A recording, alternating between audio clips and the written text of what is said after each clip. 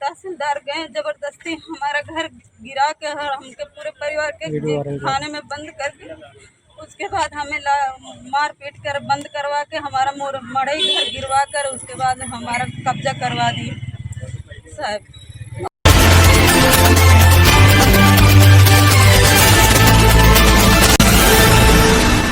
जहां सरकार महिलाओं की सुरक्षा के लिए तरह तरह की बात करती है और हर थाने में महिला हेल्प डेस्क बना हुआ है, वही कानून के रखवाले ही महिलाओं का सम्मान करते नहीं दिखाई दे रहे हैं। ताजा मामला आजमगढ़ जिले के फूलपुर तहसील क्षेत्र के पवई थाना क्षेत्र के खेमीपुर गांव का है, जहां एक महिला ने आरोप लगाया है कि पुलिस प्रशासन व राजस्व विभाग के मिली भगत से उसकी आबादी की जमीन में रखा छप्पर उखाड़ कर फेंक दिया गया, जिसका वीडियो वायरल हो रहा है। महिला ने बताया कि मामला दीवानी न्यायालय में विचाराधीन होने के बाद भी नायब तहसीलदार फूलपुर और पवई थाना की पुलिस द्वारा उसके बूढ़ी दादी को जबरन उठाकर ले जाया गया, जो वीडियो में साफ दिखाई दे रहा है। और नायब तहसीलदार को जब पीड़ित महिला ने दीवानी न्यायालय के कागजात दिखाने के लिए दिया तो नायब तहसीलदार द्वारा उसके कागज को फेंक दिया गया और पवई थाने में बंद कर महिला की जमीन पर कब्जा करवा दिया गया और 12 बजे रात को फूलपुर तहसील में ले जाकर छोड़ दिया गया, जहां से किसी तरह महिला रात को घर आई। जब संबंध में नायब तहसीलदार से पूछा गया तो नायब तहसीलदार आदर्श सिंह का कहना था कि महिला झूठ बोल रही है, उसका गलत तरीके से कब्जा था। फिलहाल अगर मामला दीवानी न्यायालय में विचार अधीन है और आबादी की जमीन का मामला है तो क्या नायब तहसीलदार महोदय कोर्ट के आदेशों को नहीं मानते हैं? फिलहाल देखिए नायब तहसीलदार व पीड़ित महिला ने क्या कुछ कहा।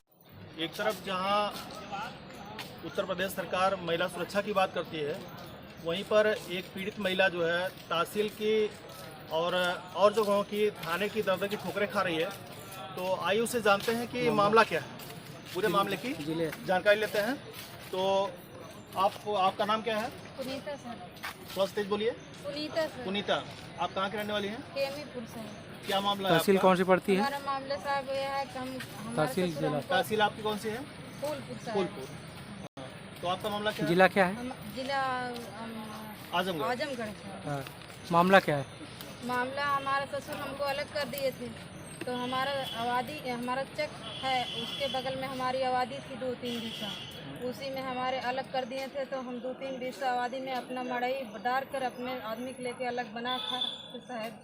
उसके बाद नायब तहसीलदार गए जबरदस्ती हमारा घर गिरा के और हमके पूरे परिवार के खाने में बंद कर, उसके बाद हमें मार पीट कर बंद करवा के हमारा मड़ई घर गिरवा कर उसके बाद हमारा कब्जा करवा दिए साहब। वो आबादी की जमीन थी? हाँ साहब। हमारा दादा बाबा 100 साल से बहुत बो रहे थे उसको। हाँ साहब। और मकान कब से मड़ई उड़ी कब से रखी थी? कब से बनी है आपकी? 3 महीना पहले साहब। 3 माह पहले से मंडी बनी? हाँ साहब। अच्छा, उसी में आप लोग रह रहे थे? हाँ साहब। उसमें तो क्या कोई आदेश था इनके पास जो कि जाके उधरवाए? नहीं साहब, इनका कोई आदेश नहीं। हमसे बोले कि हम 50,000 रुपये लिए हैं, वो जौन जुड़वाया वो 50,000 रुपये नायब तहसीलदार को दिया था और उनको चंद्रशेखर दरोगा को।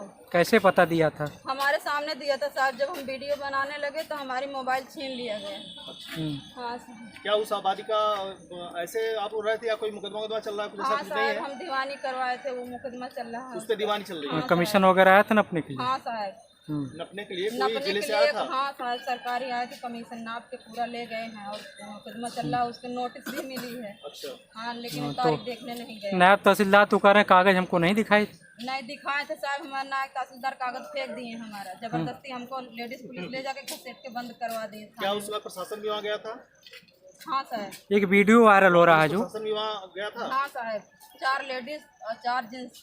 एक जो वीडियो वायरल हो रहा है बूढ़ी औरत को जो है उठा के ले जा रहा है, वो आपके घर की हैं? हाँ साहब, हमारी दादी। बूढ़ी आपकी दादी है? हाँ, मार पीट कर उनका हाथ ऐड दिया गया और लेडीज पुलिस जबरदस्ती बंद करके ले गए। अच्छा।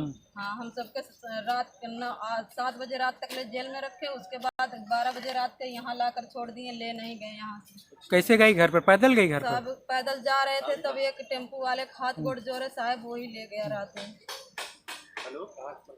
तो देखिए जो सरकार महिला सुरक्षा कितने बड़े दावे करती है और उस महिला के साथ देखिए कितना बड़ा अन्याय हुआ है। क्या चाहती हो आप शासन प्रशासन से, आप क्या मांग करती हो? सर, हमारा मड़ई घर सब कुछ उजड़ गया, हम क्या चाहते हैं, हमारी कोई सुनवाई नहीं हो रही है।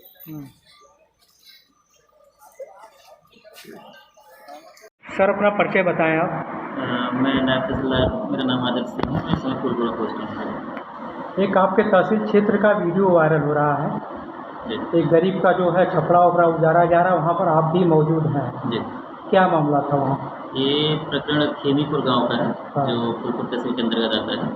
यहाँ पे मैं लगभग आज से 20-25 दिन पहले मैं वहाँ पे गया था, और उस एक भूमिधरी है 1281 नंबर, उससे सटी हुई नाली है हमारी, सरकारी नाली है, और उससे ही नाली के जस्ट सटी हुई एक आबादी का नंबर है।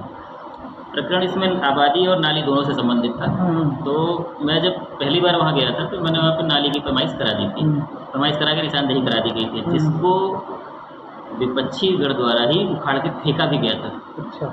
उसके बाद मैंने उस दिन भी इन लोगों को, मैं था, पुलिस बल से एसआई साहब थे, और हम लोगों ने प्रार्थी और विपक्षी गढ़ दोनों को बैठाया सामने सामने, उनसे आपस में बातचीत कराई, और मैंने उनसे ये कहा कि यदि एक व्यक्ति है गुलजार, उनके 2 बेटे थे, उसमें से जो प्रार्थी है हमारा, वो जिसकी एप्लीकेशन पड़ी थी, वो रुदल नाम है, उसके एक नाना है, वो एक पुत्र उनके गुलजार जी के एक पुत्र रुदल के नाना जी हैं, और दूसरे पुत्र नरेश के पिताजी हैं। दोनों सगे भाई थे। आबादी उनकी स्टार्टिंग से गुलजार साहब के कब्जे में थी शुरू से। दोनों भाइयों में आधा आधा का बंटवारा होना चाहिए था। मैं इसी बात को लेकर वहाँ पे समझाने का प्रयास किया, मैंने उस दिन भी किया, और जब दोबारा हम लोग गए तो जब हमने इनको आपस में समझाया कि समझा के आप लोग इसको सहमति से बना के, थोड़ा कम ज़्यादा करते हुए, अगर दिक्कत है किसी भी तरीके की तो कम ज़्यादा करते हुए आप इसको सहमति के आधार पर करवा लीजिए। वहाँ पे जो विपक्षी हैं हमारे, जो नरेश के पिताजी के परिवार की जो महिलाएं थी, वो ज़बरदस्ती करने लगी वहाँ पे कि नहीं, हम इस तरह का कोई काम नहीं करने देंगे, हम यहाँ पे आग लगा देंगे, हम बिल्कुल छूने नहीं देंगे। तो वहाँ पे चीज़ों को कंट्रोल करने के लिए उन्हें वहाँ से हटाया जा रहा था। कोई ज़बरदस्ती नहीं की जा रही थी किसी से। पूर्व में ही बताया गया था कि यदि मैं अपनी बात यदि इस तरीके का कोई भी पेपर ईमानी दीवानी न्यायालय में अगर विचाराधीन हो तो उसको आप दिखा दें हमें। इनकी तरफ से कोई ऐसा पेपर नहीं महिला पर हमारा कागज को फेंक दिया गया, लिया नहीं क्या वहाँ पर? हमने कागज मैं जैसे ही पहुँचा, मैंने सबसे पहले किसी से बात नहीं की, पीड़ित महिला से ही बात की। उनके देवर थे वहाँ पे, देवर ने वो पेपर दिखाया जो गाटा संख्या 1281 से संबंधित था, जो दीवानी न्यायालय में विचाराधीन है।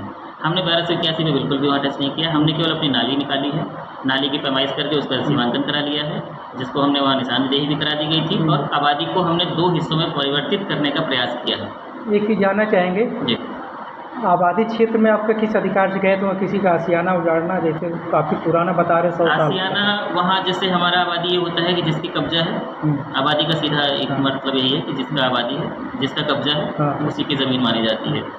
तो मौके तो आगे पे मैं बताना चाहूँगा आपसे कि जिस ज़मीन पे इन्होंने ज़बरदस्ती रखा था, वो प्रार्थी जो था हमारा रुदल का एक तरीके से सेहन भी है, और उसके दरवाजे भी उस तरफ खुले हुए हैं, उधर उसका ही कब्जा था।